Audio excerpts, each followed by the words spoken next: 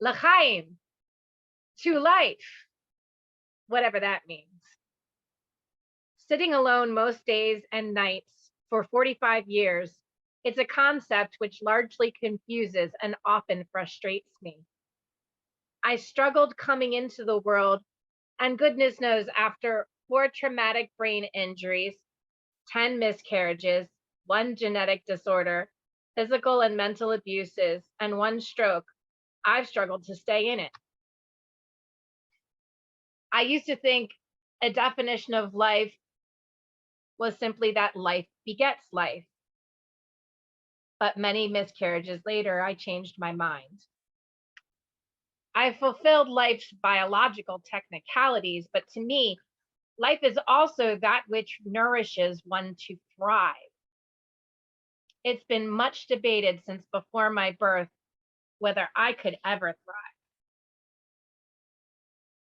When I was pregnant, the same was debated about what kind of life I had as a neglected, disabled adult who needed attendant care and what kind of life I could produce. This repeated louder and more fiercely with each loss until I too gave in to the apparent truth that my life and any that spilled from me wasn't viable. That word became the bane of my mental health for many years. I feel death has been my unwilling companion all my life. But l'chaim is plural and seems to speak of the duality of chai at its deepest and highest points. I felt it when Rabbi Micah taught me to say Kaddish for my lost Delilah, and when Koach led me through Judaism 101. I felt it when Rabbi Ari Lev answered that, yes, I was a good Jew, when I asked if I was a good Jew while I was having a stroke before my conversion. And I felt it when Rivka walked and sang me into the mikvah after my Beit Din, when I was too weakened to walk alone.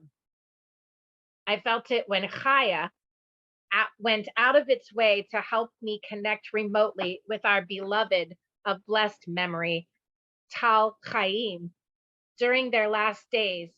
And when Rabbi Michelle responded to my asking that it was our collective obligation to bury our dead. So yes, of course, Chaya could shovel earth onto our friend's grave for me. All the people who assisted me during recovery from stroke nourished my mind, body, and soul. And when our friend came to their dying days, many of these same people gave me the great and much needed honor of nourishing them too, with food and art.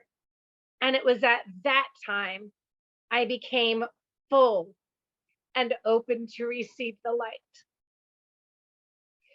When I'd been undernourished, I'd drawn a piece titled Moses Falls, a dark and devastated Moshe depicted as someone who heard cries of pain from people who didn't understand what he was feeding them.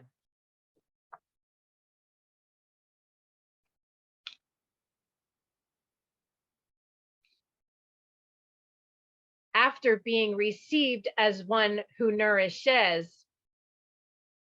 I painted Tal Chaim and our ancestors as a mushroom, and the ground and the air above and flowers, all of life and death weaved into, connected, and speaking to each other in this vast mycelium mycorrhizal network.